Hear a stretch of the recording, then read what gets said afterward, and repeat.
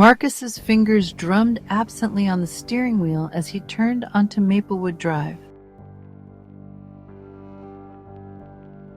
He parked in front of the family's new rental house, a modest single-story home they'd moved into after selling their old place.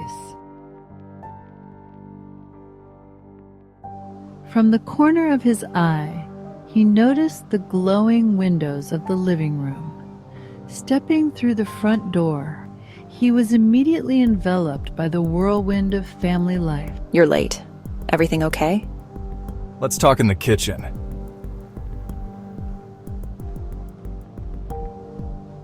Something happened at work. What do you mean? I discovered something in the company's data, a prescription conflict that could be deadly. This young man named Paul, he was at high risk. I broke protocol. I tried to contact him, to warn him. Marcus, you can't just... That's a huge privacy violation. If they find out... I know it's illegal, but I couldn't stand by. I told myself I'd figure out the details later, but by the time I found him, it was too late.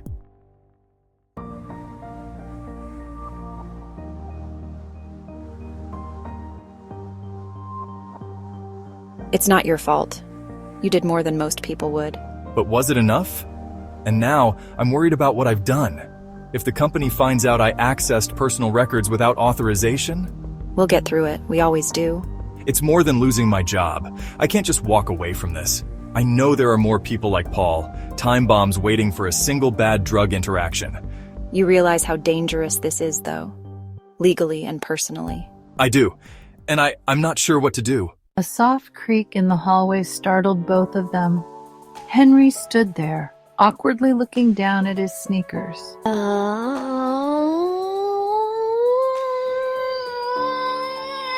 Sorry.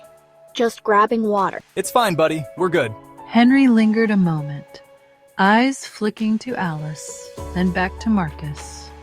He seemed to sense the thickness in the air, the seriousness of the conversation he'd overheard in fragments. He's 13, Al. He shouldn't be worrying about adult stuff. He's growing up fast. They all are. They emerged from the kitchen a few minutes later, fighting to appear normal for the kids. Isabel, still sprawled on the floor with her sketches, presented one to her parents. A towering mansion with playful design elements, slides, secret passages, glass bridges. She beamed with pride. Someday, when I'm a famous architect, I'll build a house like this for us. Then we can all live together in something awesome. I'd love that, sweetheart.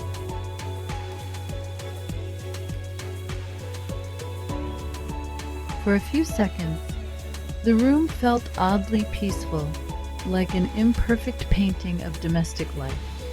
But Marcus couldn't ignore the heaviness in his chest. Alice's gaze told him she felt it too.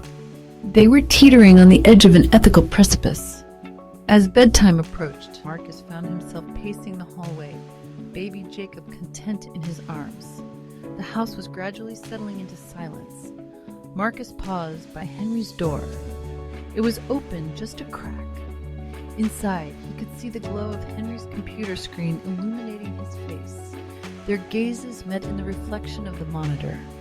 Henry hesitated, as if he wanted to ask something, but then turned back to the code scrolling across the screen. Letting out a silent breath, Marcus continued down the hall to the nursery. It was quiet except for Jacob's soft coos. Gently, Marcus laid his son in the crib. The baby squirmed, eyelids fluttering, but soon fell into a light doze. Marcus tiptoed back, closing the door behind him. Alone in the dim hallway, he pressed a hand to his forehead. The day's events weighed on him with a crushing finality.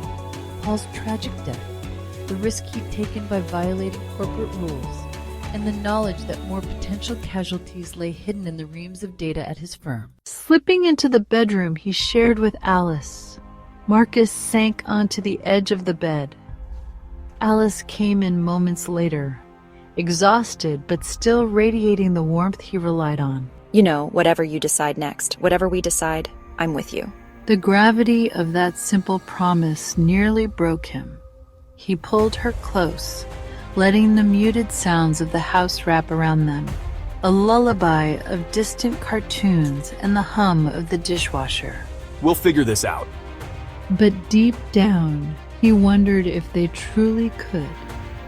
Because as much as he wanted to protect his family, Henry, Isabel, Caleb, baby Jacob, he also couldn't live with another preventable death on his conscience.